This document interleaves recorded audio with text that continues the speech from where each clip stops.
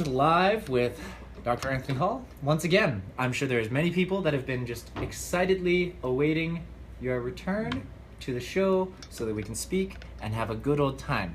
Now we're gonna get into some other stuff, less related to specifically Native studies, I hear. One could look at it that way. We will be talking about this issue at the university, which went to court on August the 8th, and there was a court ruling. The University of Lethbridge Faculty Association prevailed in that court process, and my detractors, the University of Lethbridge Board of Governors, they lost the case. So there will be a procedural development, which I could discuss in due course, but allegations have been made about me that my addressing the subject of Israel and the relationship of the country and government of Israel and the settlements, the expansion of Jewish settlements, now, that this subject is off limits. Is off limits. I want to get something really clear to everybody that's just starting off. Holocaust happened? Well, atrocities were done to Jews in World War II. Perfect. What we choose to call it. Semantics are another issue. Perhaps the reality of what Native American people faced since 1492, the genocidal experience. So how we talk about this whole subject of Holocaust and the reality that people have faced horrendous inhumanities and atrocities over the course of history. I mean, there's the Armenians, we could go on and on. I just wanted to get it out of the way right off the bat for why people are upset. Well, we can get into that subject, but you asked, I was sort of talking about introducing this subject, and you said, well, now we're going to shift away from Native American studies and Native people. And I was going to sort of challenge you on that perspective, on that interpretation, because, you know, before there was a Jewish state of Israel, there was a Palestine. Palestine was the mandate of the British Empire after 1917. Before that, Palestine was ruled by the Ottoman Empire. There are indigenous peoples to that territory, people who've been there a long, long time. Semitic peoples called Palestinians. And so the history, looking at the experience of Palestinians as indigenous peoples who have been displaced and rendered at a disadvantage by a settler population coming in from another part of the world. This theme, which is essential to Native American studies, and which is, you know, my background, to apply this to another part of the world, I would say it's not actually a discontinuity. So that's kind of how changing you arrived at it. The subject is cultures kind of encroaching on another culture's space or whatever, and then basically who would be perceived or who self-perceives to have rights to a specific portion of land, and then who else also perceives themselves to possibly have rights to that land depending on how long they've lived there or if they're bigger or not. And of course, you know, this particular area of the world that we're talking about is sometimes referred to as the Holy Land, and Jerusalem and Bethlehem and parts of this territory, you know, have central positions in the Old Testament, the New Testament, the Torah. It's written in every the Quran. Religion, really. So when we talk about, you know, who are the indigenous peoples and what is the inheritance from history, this is controversial. And but you know, the recent history is that there is a new government in the region created in 1947, 1948 by virtue of a UN resolution, Resolution 181. It called for the creation of two new countries, one the Jewish state of Israel and another an Arabic state for the Palestinians. And so that, you know, one state was created, the other state wasn't created. The part that was to be for the Palestinians is now the so-called occupied territories, or the West Bank, also, you know, Gaza. So this is obviously the subject of a huge, you know, global controversy that takes place in, you know, the United Nations, in our media. Wars are fought. It's one of the most volatile parts of the world. And so I have been discussing these matters. I've been to the Islamic Republic of Iran for a couple of conferences. I discussed these issues on Press TV, the broadcast network of the Islamic Republic of Iran. And I say that because that is the name of that country, the Islamic Republic of Iran. And of course, we don't have a government that is religious orientation, although from the perspective of Native people in boarding schools, it was the state supporting churches that created a lot of this tension and controversy and very screwed up lives, I guess, as a result of the intervention of churches in the state. So church and state, do act together. So the Islamic Republic of Iran is, subject to criticism. I've become part of that discussion. I was first in Iran during the negotiations over the nuclear agreement, what became the nuclear agreement, that Iran is not to develop nuclear weapons, and now this is, put into question by Donald Trump, and his government would like to break this agreement. What a lovely character. In any case, I'm just introducing the framework of a discussion in which I've been, participating, I'd say at a pretty high level, with this background of Indigenous studies, in Sudbury, in Lethbridge here, and this has raised the ire of different groups. One group is the B'nai B'rith Canada, who is a kind of lobby group, a political lobby group, dedicated, it would say, to the security of Israel. Mm-hmm. And it's largely Canadian people who have a great attachment to Israel, who targeted me as a voice that they would consider reprehensible for discussing some of these subjects in the way they accuse me of. How long do you think they've been identifying you, perhaps? How do you figure that came into being? Well, I first became aware of it in 2015 when my colleague, we host a show called False Flag Weekly News, Dr. Kevin Barrett and I, we were touring Alberta. Dr. Barrett had edited a book, We Are Not Charlie Hebdo, based on an analysis of what had happened in France with what was described as a terrorist attack on a cartoon business. Charlie Hebdo was the name of the publication. And so, according to Dr. Barrett, and I agree with him, this is a false flag. This is an engineered event that isn't as it's made to seem in the mainstream media. So we were touring a book, and I had an article in that book, Witch Hunt on Terrorism. Anyway, when we were presenting in Edmonton, Amanda Holman of the B'nai B'rith Canada, she contacted the host agency in Edmonton, the community center where we were going to speak, and she made a request that we not be allowed to speak, that Dr. Barrett is a quote-unquote Holocaust denier, and in fact a representative of the hate speech unit of the Edmonton Police Force turned up. So this is in August of 2015. 2015, so that was only 2 years ago.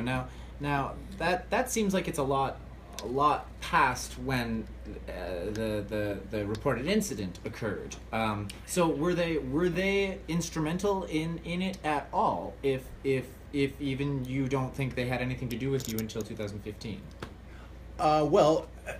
The B'nai B'rith Canada is part of a larger group, and ever since I've been talking about 9/11, even before I was including any reference to Israel, I was just looking at the way the buildings fell and that kind of thing. Building 7 that is not hit by any plane, sort of the entry point for people who look at this issue of what happened on 9/11. And 9/11 is a transformative event. It has a big effect on our world. It involves us in wars, in surveillance activities that take place on the internet, for instance.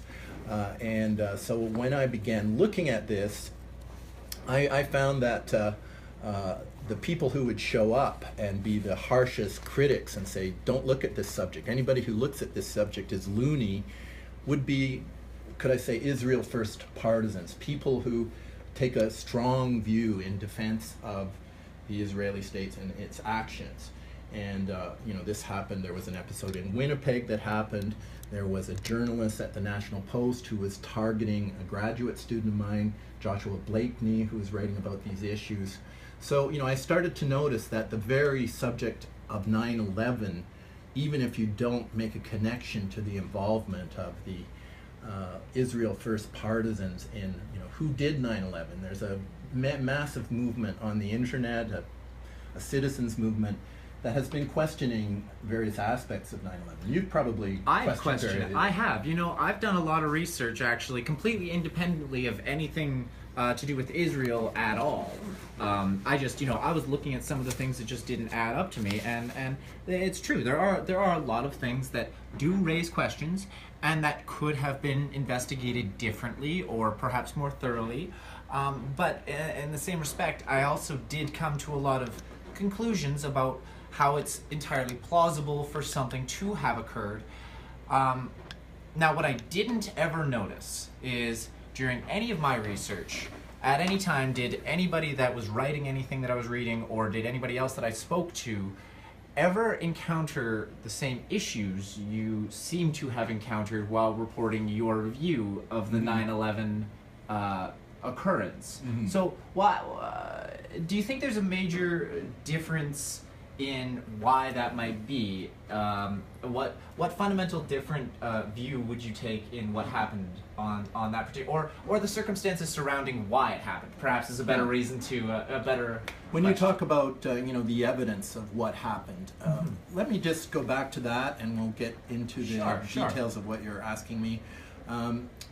Something that needs to be taken seriously into account is that much of the 9/11 Commission report published in 2004, which was set up by the Bush White House, much of the so-called evidence in that report comes out of torturing people, and taking what they say under torture, and it's kind of well known that if you're torturing somebody seriously enough, they'll say whatever they think they can say to stop the pain. So torture, there was a whole opening of new forms of torture after 9/11. So, although they may have said something, just because they admitted to something, it's possible that it's not true because of how they were admitting it. So that's what they're saying could not be true because they were tortured. And taking it a step further, torture is illegal. It is. Torture is illegal according to domestic legislation and international legislation, the Geneva Conventions and such. So I would say the 9/11 report, by virtue of the fact it's obtained through torture, it's kind of an illegal document. And I would allege, for instance, that parliamentarians in the Canadian government who use the 9/11 Commission report, which is the closest thing we have to what we could call the official version, the official narrative, that even those Canadian parliamentarians, by virtue of accepting this report as a basis for making public policy, that they are complicit in torture, and that is a criminal act.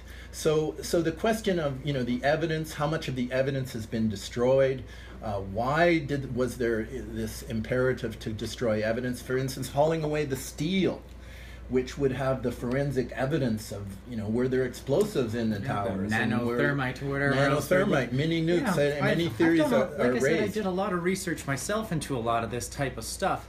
But there's just all kinds of theories out there as to what could have possibly happened, but I can't seem to find anything in. Like you say torture. You say the word torture.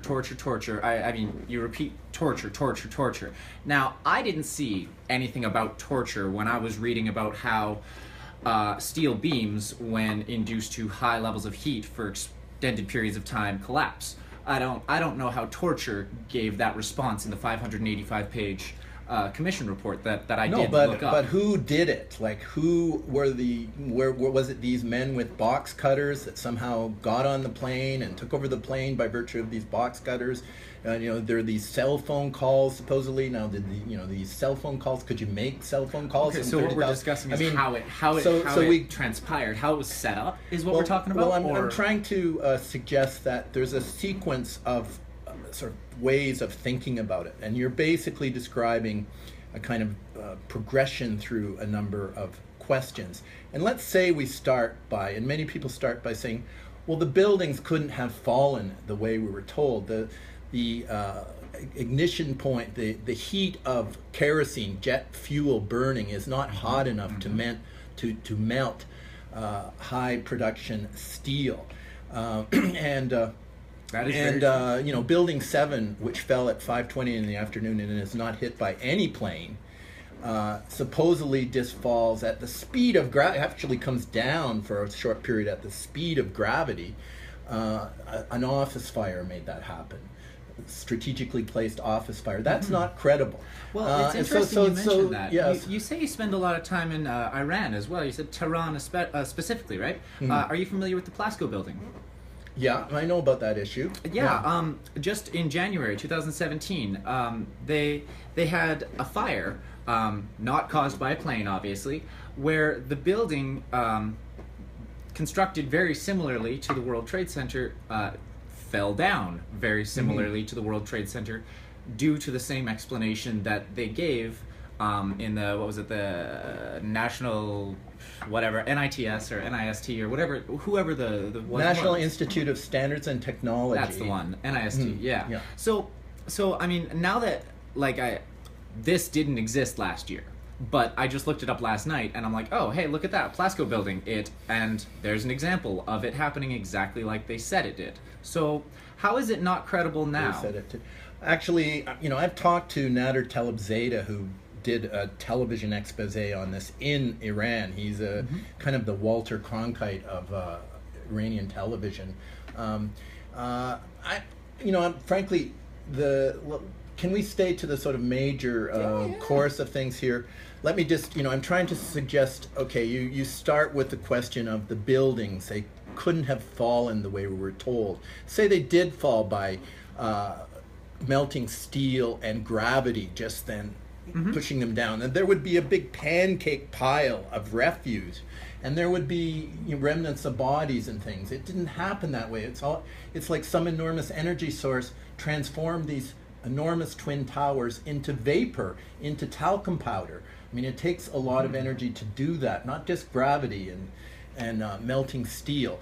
So, let's continue moving through this. So your first response to this would be, we need a proper investigation. Something doesn't make sense here. And what we were told in 2004, Philip Zelikow was the executive director of it. I mean, I could go into this professor who talked about public mythology and how you create, mind effects, so where people think of history before and after. Whatever you want. You can trick the mind very 9/11, easily. the more you get into it, the more you start to see this is an extremely. Sorry for interrupting. My bad. Extremely sophisticated psychological operation. People were traumatized by this. Oh, yes. And in the days that followed, people were willing to give a lot of credence to anybody who would say, we're going to go forward, we're going to fix this up, we're going to get those people, we're going to take care of this, we're going to protect you. This is never going to happen again. You can count on us. People were just so traumatized and willing to be trustful. I mean, and that trust was abused. That Yep. wars were undertaken, like the invasion of Iraq and all of that have had huge consequences, that have seen the murder of millions of people. But let's go back to 9/11, the origins of the 9/11 wars, the origins of the global war on terror, which we are still in. 9/11 still dominates and sets the frame of issue and frame of reference that we are, conducting ourselves in. So you say, the logical thing to do would be to say, like, I'm not the police, I'm not the law enforcement, who am I to say who did it? But we should get some response from the official authorities who need to give us a credible explanation. some kind of explanation that isn't so contradictory.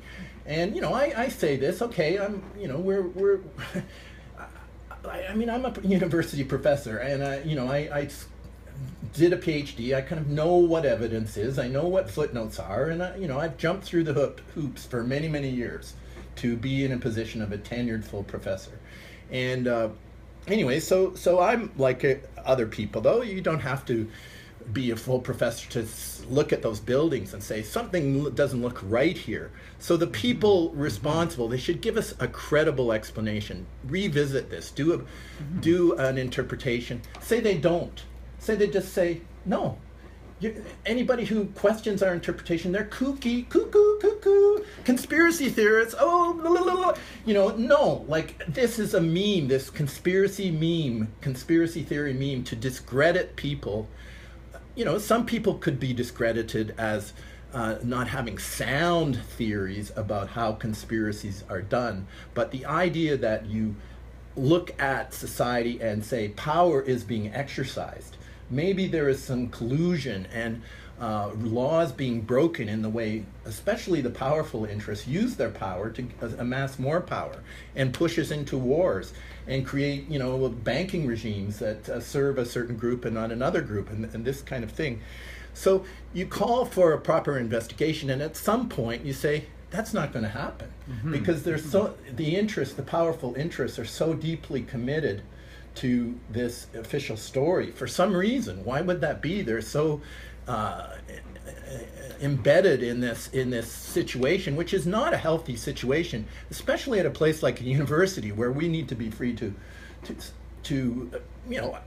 ask questions and look at evidence and say there are orthodoxies, the orthodox position, and history is full of times when the orthodox position turned out not to be true, and the people at first who questioned the orthodox position put themselves in some danger, but nevertheless Galileo, he's under citizen's arrest, and now we actually think that the Earth isn't the center of the planetary system, and then very true. So to me, this is like that. So one then gets into the dynamic of having to take on the issue.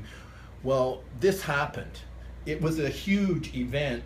It couldn't be in a few people. It's very unlikely that it's a guy in a cave in Afghanistan and a few people with box cutters, just going through the whole system. And it just doesn't make sense from A to Z, that you can't find the black box, but you can always find the passport. So you start to get into a position saying, well, let's look at the evidence and start to reason as best we can who are probably, the primary suspects. And we would like to think that we have a system where you're innocent till proven guilty. Like, for instance, you can't just snap your finger and say to a tenured university professor, I think you're guilty of something. Out of here. I'll prove it later. I don't have to prove it now. I'm the president of the university. But we do that all the time now, that this principle of guilt, of innocent until proven guilty. And, we're putting people in prisons, these people who were tortured. They're not necessarily charged with anything. We've changed and overturned our way of life, our system, because of 9/11. Who's responsible? Who did 9/11? And so I've taken on to discuss that and address that. And some people don't like some of the conclusions that I've been arriving at. Fair enough. Now, as I mentioned, I've done a fair bit of research myself, and I did find, you were mentioning that there should be a proper investigation when you see things that are inconsistent, and I looked, and there were quite a few, but apparent investigations. Of what? Of what happened on 9/11. There's been lots of people looking into it. Obviously, not to your satisfaction. What would be? Well, tell me these investigations, because, like, for instance, Canada... 585-page report from the Commission, or the National Institute of Safety and Technology, or there's been tons that we've been talking about this whole time. No, not tons. That's the one. The one. And it was highly politicized. And the chairs of that committee said it was set up to fail.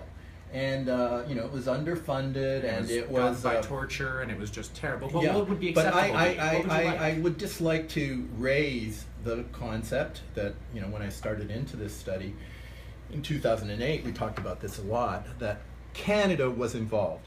There were 23 Canadians in the Twin Towers.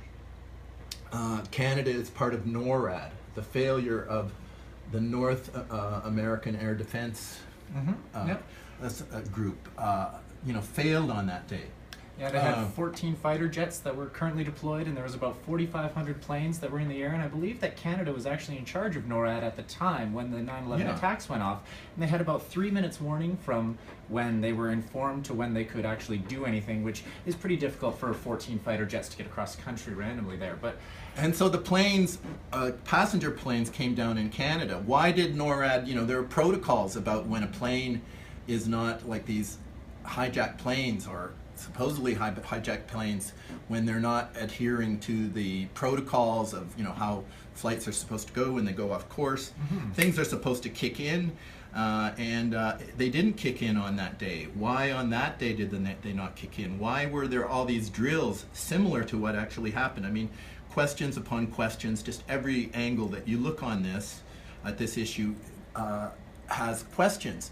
So Canada has anti-terrorist legislation. Canada has its equivalent of the Patriot Act. Like Canada, the government of Canada, when Air India happened, and there were a lot of Canadian people on that flight, they looked into it. So Canada, the government of Canada should have done its own investigation on the Canadian aspects of 9/11, I would argue. And the, since 2004, the contradictions that have turned up, all the controversy in the United States about the 28 pages and Saudi Arabia's role, even the official interpretation says that it was mostly Saudis who were the hijackers, that they were under the control of Osama bin Laden, which was this Al-Qaeda organization. So even the official version has a lot of Saudi involvement, and yet Saudis haven't been able to be investigated, or people haven't been able to take them to court, the victims and such. So we've seen that controversy in the United States. I mean, there is no way, Thomas, to say that things have proceeded in an orderly, appropriate fashion when it comes to the investigation of this subject. It's been sensationalized for sure. It's beyond the point of anything necessary, but by all accounts, even just from the date that it actually happened, about 6 weeks after that, the very first thesis came out about the possible the Iran, Iraq, whatever involvement into the theories to how that could have played out, and then right after that there was a book that came out in France, and it instantly jumped to the top sellers list because it highlighted that particular sensationalized aspect of 9/11. Instantly top of the charts, bestseller. And then there was 2 more books that came out by some German authors, and again those did phenomenally well based on these same theories. And again, everybody that seems to latch onto this idea and just really cling on to it seems to get popular. And there's countless YouTube shows and channels about people that keep doing this, and there's many examples of professors in like Ohio and stuff that again do the same thing, but at the end of the day they go, okay, well yes, free speech, you can say what you want, but everybody kind of backs away from them. They don't tend to, it's very sensationalized, but I'm not sure that it's necessarily much more than sensation. It's really a bestseller. No, it's a battle for reality. It's how we interpret who we are, who is doing what to whom in society, where we're situated in history. I mean, how can you fight the wars, be a peace activist, if you don't have an accurate assessment of how the wars started, who did what to whom? Now, this question of people who have written about 9/11, enormous number of people have written about 9/11. You talk about the book, The Big Lie, that was published in France. No plane went into the Pentagon. The Mensonge Affreux, I think it was in French. Thierry Meyssan was at the conference I attended, the writer of that book, in Tehran in 2014. Another person who has written books, his name is David Ray Griffin. He's written about 40 books. He's a senior professor at the Claremont Graduate University in California. Of his 40 books, 11 of them are on 9/11. Here's his most recent book. Just came out the other day. More books come out every day on it. It's a bestseller, right? It's been a major theme on the internet of alternative worldviews. And in 2001, the accessible internet, social media was still in its early stages. True. So there's been an enormous phenomenon, just interesting in its own right. I'm a former student of Marshall McLuhan when I went to University of Toronto. This questioning of 9/11, of the official story of 9/11, the 9/11 truth movement. I included a chapter on this in my book, Earth into Property, a peer-reviewed book. And Graham McQueen, founder of the Peace Studies program at McMaster University, a Harvard PhD. I mean, he's written about anthrax, and he's written a lot about 9/11. John McMurtry, fellow of the Royal Society of Canada, professor, has written a lot about 9/11. Part of what I want to do in the situation that I've been put is to basically see this as a moment to do what I'm doing right now, to say, you can disagree with people, fine, but there are credible, important people who are professional analysts and researchers who have debunked and critiqued the official story of 9/11. And it's time to just move away from this sort of fallback position. Oh, this is just kooky people do this. Serious people wouldn't do such a thing. That's the position of Noam Chomsky, for instance, who is very important with the left.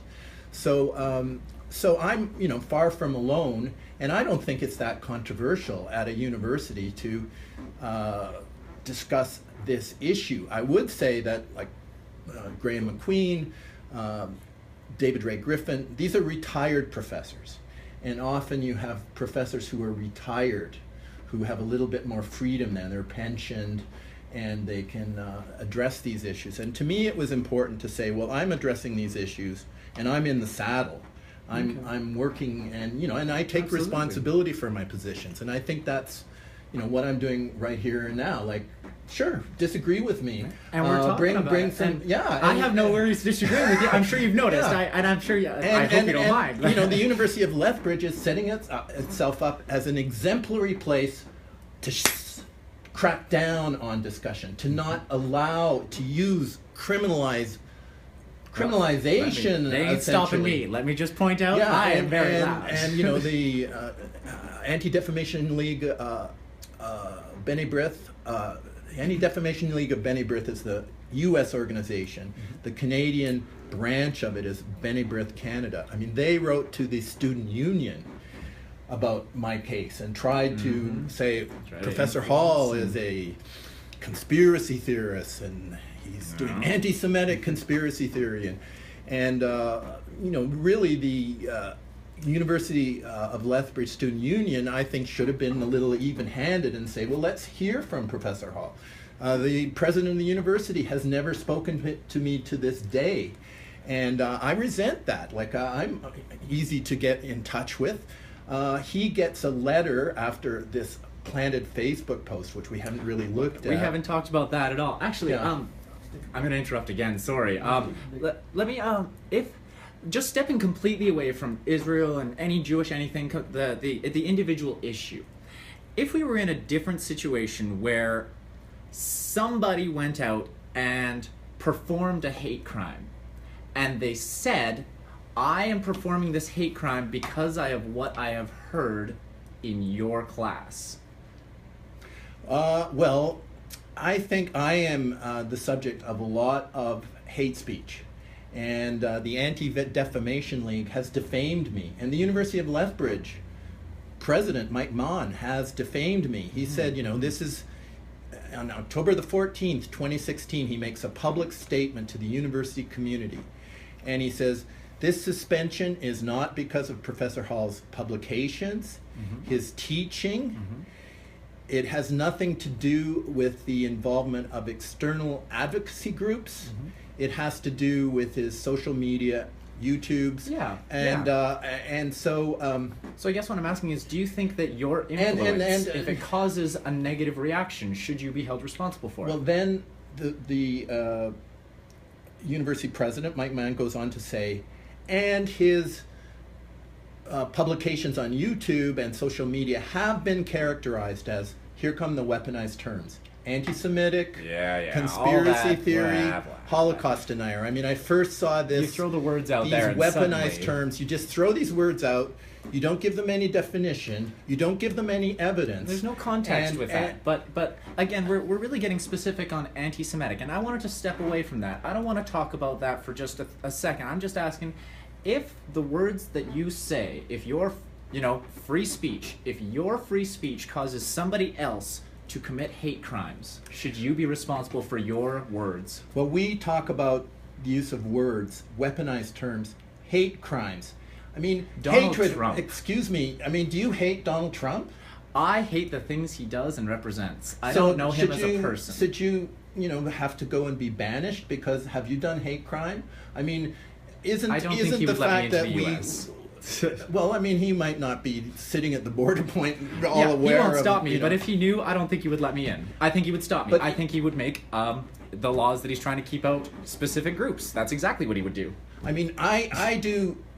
I fall. What we were talking about before the break, like I came into the academy to try to build bridges, to try to transcend hatreds and racism and bigotry and the kind of savagery to civilization paradigm that has been used to dispossess indigenous peoples. I'm a lover of humanity. I am not a hater, and I love all peoples of humanity, including Semitic peoples. And the Palestinians, by the way, Arab Palestinians are Semitic peoples. There's many people who are actually who that's are something Semitic you may peoples. not know. So I really resent being called anti-Semitic, and you can say you may want to change this as well. Change the subject, but I'm dealing with this, and I'm suspended, and I was pulled out of the classroom because of such an accusation, and there was no due process. And the University of Lethbridge is getting an international reputation as a very repressive place, as a place you would not want to go to because they don't do free speech. The university administration is passing dictates about what can be talked about and what can't be talked about. And one of the things, in the terms of the legal instruments that I'm having to deal with, is they come right out and say Islamic people do terrorism, that the terrorism and financing of terrorism is in fact by Muslims. And say that isn't the case. Like, my interpretation says that it wasn't independent psychotic Muslims acting alone because they hate our freedom on 9/11. There was a whole other dynamic at work, and we won't take a while to get into that. But hate specifics. But the University of Lethbridge should not be generating hate speech towards Muslims. No, it shouldn't be. Nobody should be generating hate speech at all. But I guess maybe we should move away from the idea that, like, the word terrorism, the word hate speech, the word radicalization. I mean, these words are weaponized terms. They're created by PR agencies, collateral damage. They're used to twist people's minds.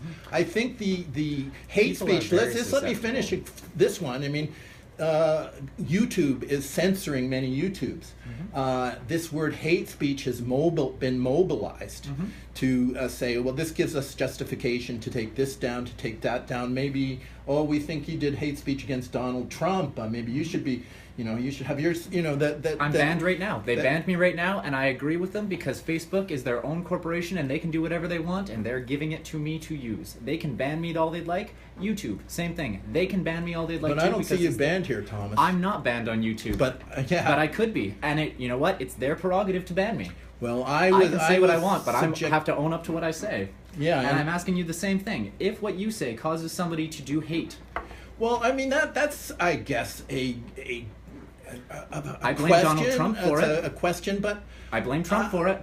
That is that is just not my approach, and I do not accept that would be a way to, in any way, describe my approach to pedagogy. My thrust has been, let's talk to each other. Let's hear from each other. Let's understand the diversity of peoples. Let's not put up walls of condemnation, antagonism, and just say, oh, though that kind of person, I wouldn't relate to that kind of person, or that kind of, have you talked to that kind of person? Okay, I'm banned from stepping on campus. I mean, so I can't talk to people on campus right now. In a way, that's a kind of, you might as well dress me up in a jailbird suit and whatever. I mean, I'm feeling kind of subject to hate speech dynamics myself. Mm-hmm. And but I think, we need to perhaps find other ways of describing things. Obviously, we don't want people to be trying to induce others, especially in the classroom, to dislike a whole category of people. That is an appalling bad thing to do. And and so I'm against that kind of practice, and I don't take it as legitimate to say you might be one of those who is doing that kind of practice. I don't even know. I'm condemning that kind said, of practice. Right? I've never been to any of your classes. I don't know firsthand anything at all. All I've got to work with is what people have said, which is why I prefer asking you straight up. Well, what people have said is in my professional activity reports. Students every year they comment on your teaching. Over the years, my comments often are best course I've ever taken. Mm-hmm. I always get very high marks. It's numerically assessed. Does he show respect for different kind of people? I always get get very high on that in that regard. And the fact of the matter is, I was hired by the University of Lethbridge. I was tenured, which is a big process to go through by the University of Lethbridge. All my teaching reports and my work was evaluated. I was promoted to full professor by the University of Lethbridge. And so how does it happen that just overnight somehow did I change personality what and happened? Then just suddenly, or is this put upon me? And I'm arguing it's put upon me by a planted Facebook post, which appeared on my Facebook wall without my permission, without my knowledge, without my consent, without my even knowing about it. On August 26, Benny-Brith Canada then ran a campaign to say, oh my gosh, hate speech is appearing on Professor Anthony Hall's wall. Phone Facebook, get in touch with Facebook, get them to take it down. The story is, on August 26th, they take it down. Facebook will do, and then the text of this awful, horrific Facebook post is then publicized by Benny-Brith. They take it to the Premier's office. They take it to the Minister of Justice and Solicitor General, Kathleen Ganley. The next day, August 27, they take this text. They send it to Professor Mann. And I could read one of these letters that comes from a friend of Benny-Brith, directed to Professor Mann, directed also at the Premier of Alberta, saying, I am an advocate for the murder of Jews. That is slanderous. That is illegal. That is defamatory slander. Yeah, it is. I have been subjected to something I should not be subjected to. Absolutely. And so that Facebook post, I keep raising it. Mm-hmm, mm-hmm. Nobody seems to want to talk about it. By September the 1st, Mike Mann is getting a letter from somebody called Bert Raphael, the president of the Canadian Jewish Civil Rights Association. And Bert Raphael, who's a lawyer, a QC, he gives the quote, and then he says, this came from my lips. No, it did not come from my lips. No, it does not reflect what I mean. Works. Ryan Belrose of Canadian Benny-Brith, he goes out on the media later in this process and says, oh no, this is what Professor Hall thinks. This is a reflection of what he says. No, I condemn that post, that planted Facebook post, as soon as I became aware of it in mid-September. But in early September, all of this was taking place without my knowledge. Bert Raphael says, these words came from my lips, I should be fired. This is on September the 1st. Now the question I ask is, why does not Dr. Mann pick up the phone, get in touch with me and say, what's going on? Like, I'm hearing these terrible things. Did you say this? If that had taken place, I could have answered. But I was left in the dark. I found out about it myself in mid-September. I immediately wrote about it in an article you could look up Israeli Canadian thought police take aim ... at me. And I published it, and it appears on several posts, including at American Herald Tribune, Mint Press. I published it with the hope that the meeting that I set up and requested on September 26th to discuss this matter with the administration of the university, and to which I invited Dr. Mon. I did meet with Andy Haken. I did meet with Dean Craig Cooper. Andy Haken is vice president, academic, and provost of the university. And my idea was, I'm being smeared, and by implication, the University of Lethbridge is being smeared. And what are we going to do? We should join up and make common cause and deal with the fact that lies are being put on me and by implication on the University of Lethbridge. Instead, what I discovered was that a decision had already been made at some level without any consultation with me that I should leave the university, that we should go our own separate ways. And they were proceeding to make some kind of offer, and I left the meeting at that point. And I've been talking about that ever since. A few days later, October 3rd, I get a letter saying, come to this meeting to tell us why you shouldn't be suspended without pay. I think you should be suspended because you may have violated Section 3 of the Alberta Human Rights Act. Well, okay, I mean, you can say, I think this might have happened, you might have violated something, but it's not the same as going through the process and seeing if some arbiter would agree or not. I was with the Faculty Association, we discussed it. I had an appointment to get a lawyer. By this point, I'm getting very troubled, and I feel I need a lawyer, and I had an appointment set up to get a lawyer. And I said, I'm going to keep this appointment, and to be asked to a meeting within a few hours, like, no, it's reasonable that people have plans and that you make some accommodations. So anyway, on the next day, October 4th, you are suspended without pay. You may not step on campus. You may not use your affiliation with the university. Based on what? So this is a clear case of guilty until proven innocent. And I guess I'm talking to you in a certain sense. I'm not teaching. I can't just higgledy-piggledy walk on the campus, which is a public installation, which I've taught at for 26 years, which I know lots of people there. Why can't I walk on that campus? What is that What's implying? the major difference between So I am talking in a situation where I'm facing now court procedures, people writing me from all over the world. I'm suing the university. There's expenses involved. There's different levels of involvement, for instance, from the Canadian Association of University Teachers. 68,000 university teachers, the association of all the faculty associations, has taken a position on this matter, said that my suspension was improper, went against the policies, went against the course of natural justice, went against tenure, the institution of tenure. If you can do this to me, a senior tenured professor, you could do it to anybody. There's a definite procedure for how things should go when you are attempting to do anything with tenured professors. Absolutely. And if you don't follow that exact procedure, you can definitely get into some issues, and it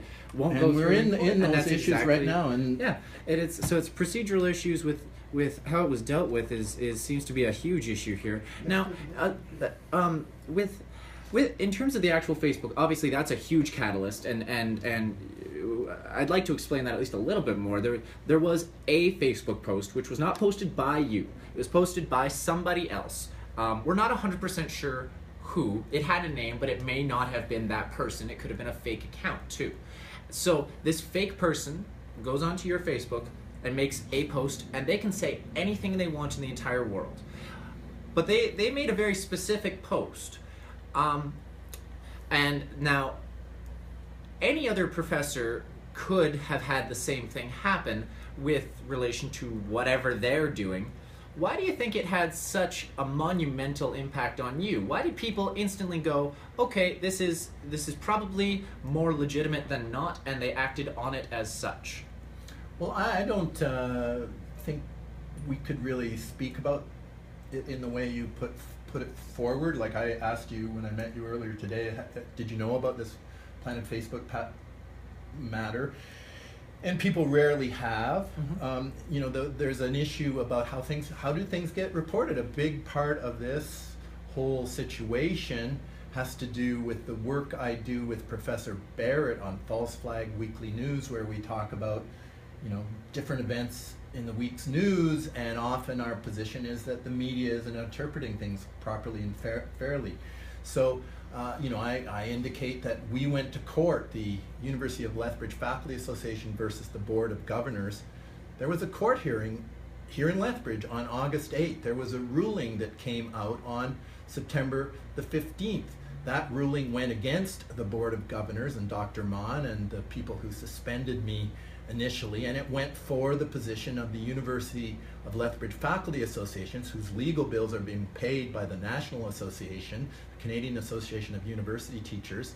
The Minister of Justice also entered on the side of the Faculty Association, and the judge agreed with the position of the Faculty Association and disagreed, and wrote a court ruling essentially discrediting the position of the faculty the Board of Governors, the people who are trying to sort of justify ultimately what was done to me after the fact.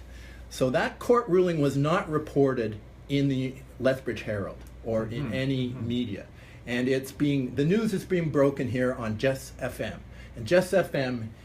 At this moment, I think, is demonstrating a kind of pioneering, a kind of in the avant-garde of proper news reporting, because this issue is a very big issue. This is, you know, it affects me. I don't, but I want to. Huge. It's huge for me, but it also plays implications with a lot of other things too. Academic freedom. What can you say or not say about the government of Israel and say the illegal Jewish settlements on the West Bank, or, you know, there are very big issues involved here, and so this is a story that should be properly covered by the local media. The Lethbridge Herald ran an article in January of 2016 entitled "Conspiracy Theories," talking about False Flag Weekly News setting in motion a discussion about conspiracy theorists. That's where I came to think, okay, the B'nai B'rith is, you know, I've seen them last year. They're around. This is not just an isolated thing. This is not just a local reporter waking up one morning and thinking, well, that's a cool story. Yeah, we'll just do it randomly. And we'll put it on the cover of the Lethbridge Herald. The whole lead up to the smear, like the way J.W. Schnarr, the reporter at the Lethbridge Herald, reported on this planted Facebook post.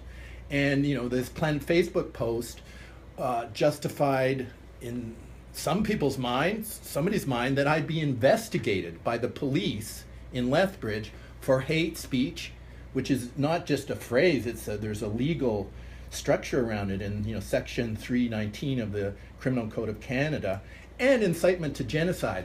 And then, you know, it's publicized, professor investigated for this kind of thing, for these matters. This appeared in the Lethbridge Herald. So part of the frustration in this whole situation is, where can I tell my side of the story? You know, I tried to tell my side of the story at Global TV, and they interviewed me for half an hour, and they promised me, okay, we'll take a small clip out of it, 5-minute clip, but then we will run the whole interview, 30-minute interview, on our website. And then they reneged on that, and they had the 5-minute clip, but not the longer discussion. And of course, you know, individuals with names, with titles, have made very serious allegations about me. And of course, I need to discuss that by using their names and responding. But it seems that different rules, when I seek to defend myself, I get censored. Anyway, I thank you, Jess TV, Jess FM, for giving me an opportunity to at least introduce these concepts in a discussion that I think should be very lively among the students, should be very important for, say, students who want to go into politics.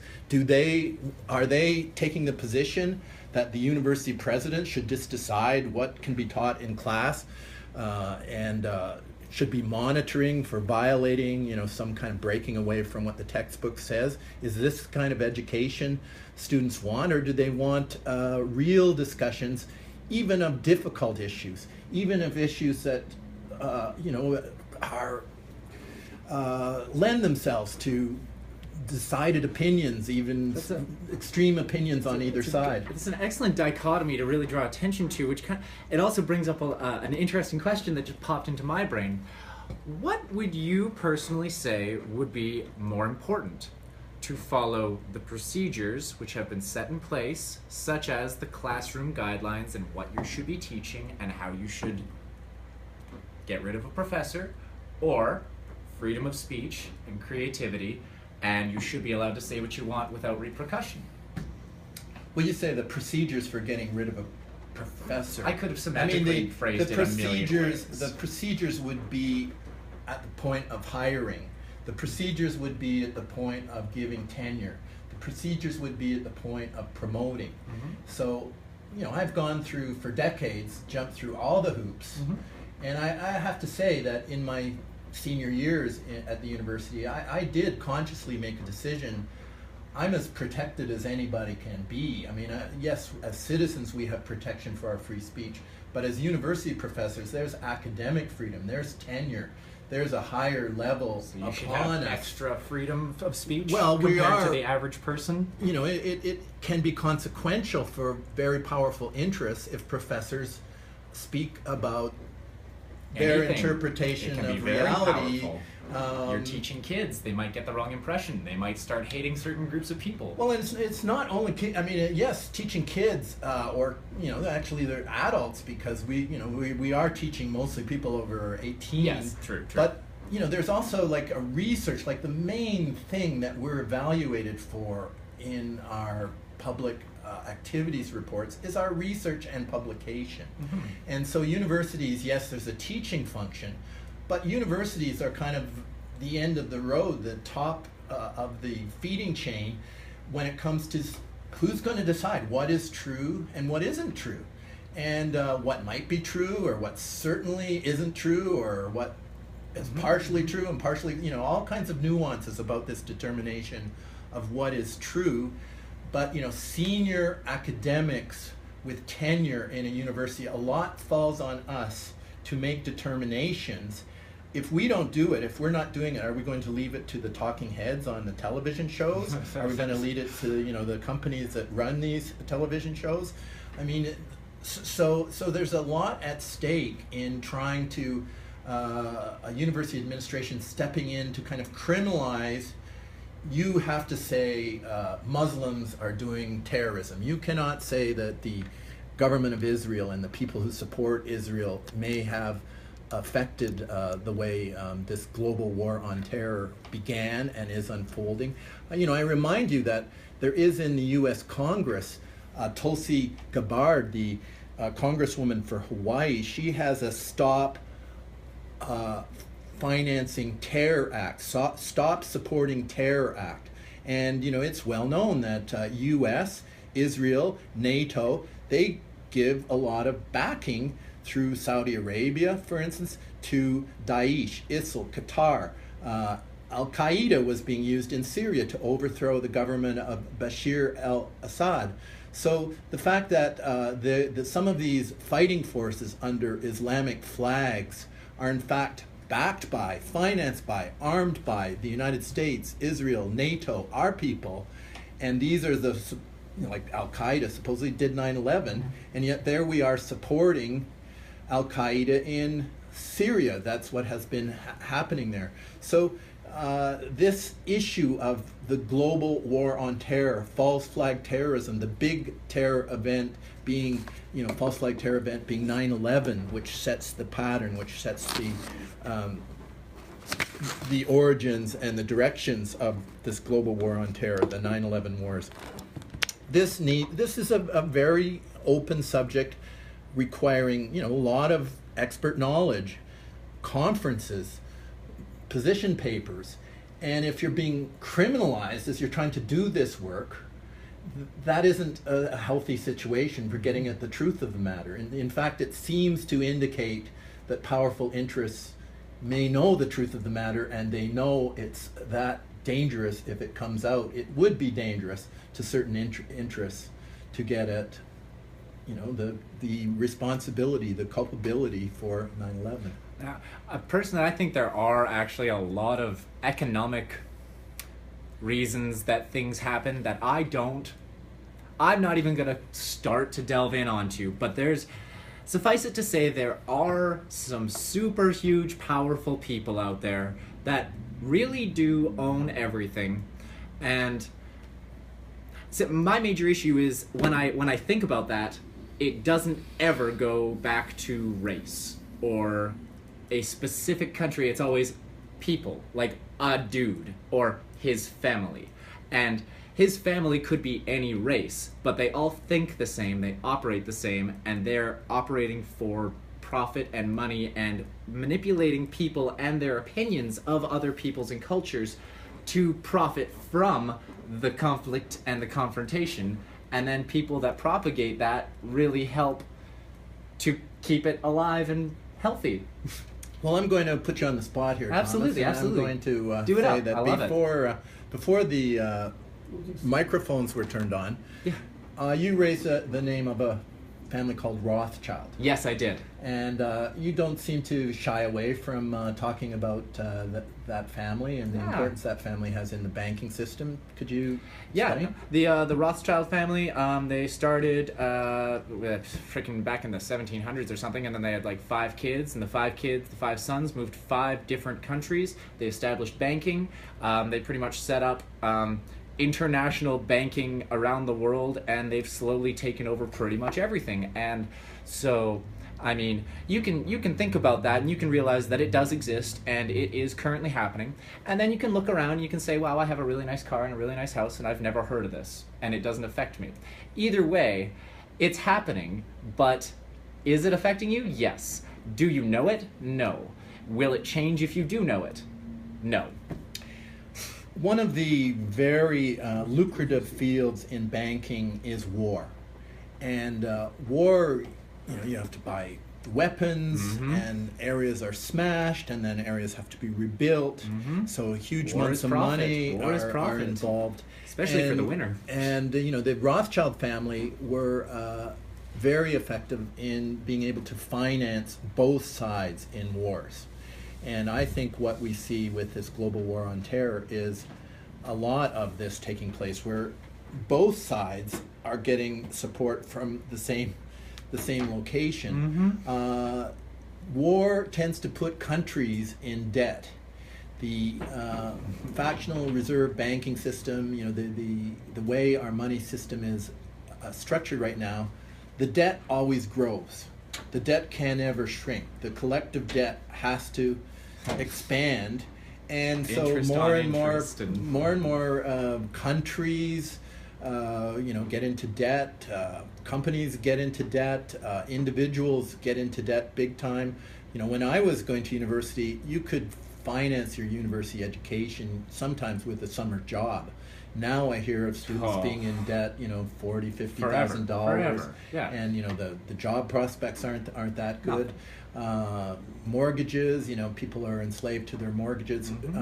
We say slavery is over, but the system of assets and liabilities, credit and debt, which situate the ownership of the vast amount of capital in very, very few hands. A tremendous disparity in the way wealth is apportioned in this society.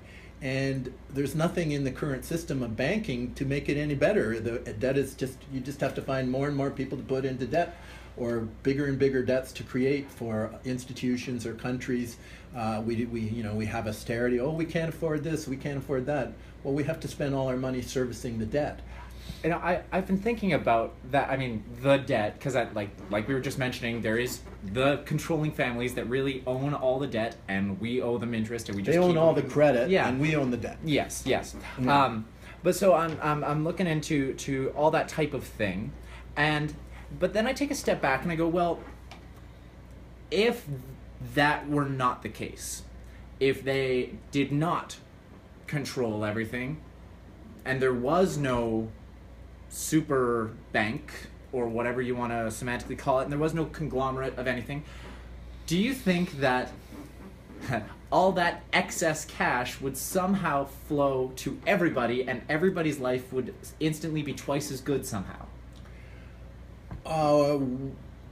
We need to have a very different way that we treat money, and money is created. And money, I think, for me, can best be understood as a kind of public utility. And so this system where money is a commodity, that's, there's problems with it. So of course we have to have a transformation of the way we organize ourselves around money. One of the big ways that we organize ourselves is that the US dollar after World War II became the primary currency of international transactions. And so anybody who wants to buy or sell anything in a sort of international way, US dollars the standard. Import and export, you go through the US dollar, which gives the bankers of the United States a huge advantage. The United States does not want to give up that advantage which it has, and that advantage was put into question in 1971 when Nixon went off the gold standard. Then the effort was to try to attach the dollar to Saudi oil wealth, the petrodollar. That is being sort of exhausted in terms of its credibility. One interpretation is that Saddam Hussein, his real crime was that he was doing oil transactions in euros. Gaddafi, who was knocked off in the global war on terror and the sort of extension of the color revolutions, I mean, he was bringing forward a new currency, a gold-based currency, Pan-African currency, and so was one of the reasons for eliminating him to stay away from an alternative to the current system of money creation. The Federal Reserve is actually kind of owned by a group of banks. It's it's not really a government system as it's not made a government system at all. Actually, it's made to appear to be. Yeah. So federal doesn't mean federal.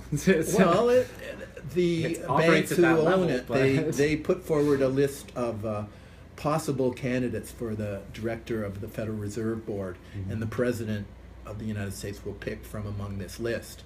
But the candidates given to him emerge from this system of privately owned banks. This Federal Reserve, goes back to the Bank of England and how it was transformed and set up, with Rothschilds having a major huge role in it. And the Rothschilds were able to, tie themselves to the growth of the British Empire and all the chartering that, the king and queens of the British Empire were able to do, including, setting up the Hudson's Bay Company, the Dominion of Canada. I mean, all of this is signed by, even the Queen signed the Constitution Act 1982, including the Charter of Rights and Freedoms into power in 1982. So our banking system is, integrally connected to the system of never-ending war, the political economy of permanent war. And this is no longer tolerable or acceptable. Humanity doesn't have a future. The ecosystem of our planet cannot sustain the pressure being put on it by the debt machine, the war machine, the kind of abusive use of technology rather than the sensitive, ecologically appropriate use of technology. Yes, we do need radical transformation of our society. There's definitely a lot of changes that could be utilized, definitely could be utilized for a lot of things. In terms of the actual money system that we currently live in, we can, even looking at other civilizations that don't operate with currency, they still exist in very small subsections or whatever, but I've noticed that as currency is introduced, generally speaking, just everybody's quality of life seems to go up. Even though you're all in debt, I'm sitting here in a pretty nice shirt. You've got a pretty nice shirt too. Looks like that probably cost a couple bucks. And I don't feel like I'm being deprived. I feel like I probably have an advantage over people without currency at all. and without the availability to have debt even. Like if you simply don't have it, how could you possibly get it? So do you see the same kind of like a dichotomy, I guess, where there's I'm almost wondering if it would be possible to have a civilized society with, say, a hospital if you didn't have a family like the Rothschilds. Well, I'll address that in terms of my view that we can have many different political economies interacting in the planet. That, you know, currently we've got a system which is brand new in world history where there's a single economic regime in place. Let's call it capitalism. Mm-hmm. I mean, there was the Soviet Union. The Soviet Union was based on the concept that capitalism was a kind of theft. And so the world was divided, or maybe this was partly illusionary, but you know, there was an obstacle to big corporations expanding their activities to a truly global sphere. Then came, you know, the fall of the Berlin Wall, the end of the Cold War, and now we have a single system. I went back, you know, if I go back to the early days of globalization studies, it had a lot to do with going down to Quebec City, and there was a big protest against a free trade area of the Americas, like changing the banking regime after the demise of the Soviet Union to create a global system of economics, political economy. And of course, many people thought the bankers, this would give too much power to the bankers, to the big corporations who had the inside track on designing all of these new systems of interaction, economic interaction. And it should be more democratic, and there should be a voice for, say, indigenous peoples and peoples who have different approaches. And this brings me to my days in Native American studies, where, you know, one would talk about, say, the potlatch on the West Coast, and there was a type of political economy where people acquired wealth, they amassed wealth, largely to eventually give it away in some ceremonial way. They gained sort of prestige and recognition from their fellows from giving away this wealth, but the idea of just accumulating wealth to the end of time, to as much as you can get, that was foreign to that society. Think of, you know, the buffalo hunt here in Blackfoot country. Do the young hunters go out and bring home buffalo and put a sign saying, you know, $2 a pound, step right up? Or do they say, well, we're the young men who can catch buffalo, but what about our elders? What about our children? So, you know, there would be a system, another kind of economics. How did Blackfoot people deal with horses? Their wealth was in horses, you know, the many gray horses. You know, this is still a part of the world where there's a lot of expertise, acumen when it comes to horsemanship or horsewomanship. You know, I mean, at the racetrack here, I mean, Blackfoot people continue to have a disproportionately large input into the horse culture of this region. You know, there's all kinds of other models for political economy, and you know, we're the first people in history to sort of have a single global system where what is valuable in Lethbridge and the monetary value, you can just go to Beijing or go to Tuktoyaktuk or whatever, and it's going to have an interchangeable value. So this was the subject of my book, The American Empire in the Fourth World. And I thought the Fourth World would be a system where we resist against this global uniformity of political economies, where we respect the fact that we can have a diversity of political economies and make business among ourselves and globalize. You know, who would want to be anti-globalization? We want to travel, we want to know other people and have cultural exchanges and all kinds of things. But nevertheless, we also want some degree of self-determination in our local places and our ability to have some say over how economics work in our own territory. Mm-hmm. And so a diversity of economics. It definitely makes sense. You know, Excuse me. Closing at about 3:15 here. Talking for just over an hour. I'm thinking it might be just about closing in on another break time here. Okay. Possibly finishing up, unless we wanted to break into another conversation, or you have something specific you wanted to cover off here real quick. You know, Thomas, I think that we've introduced the subject. We put a lot on the table. There's a lot more to put on the table.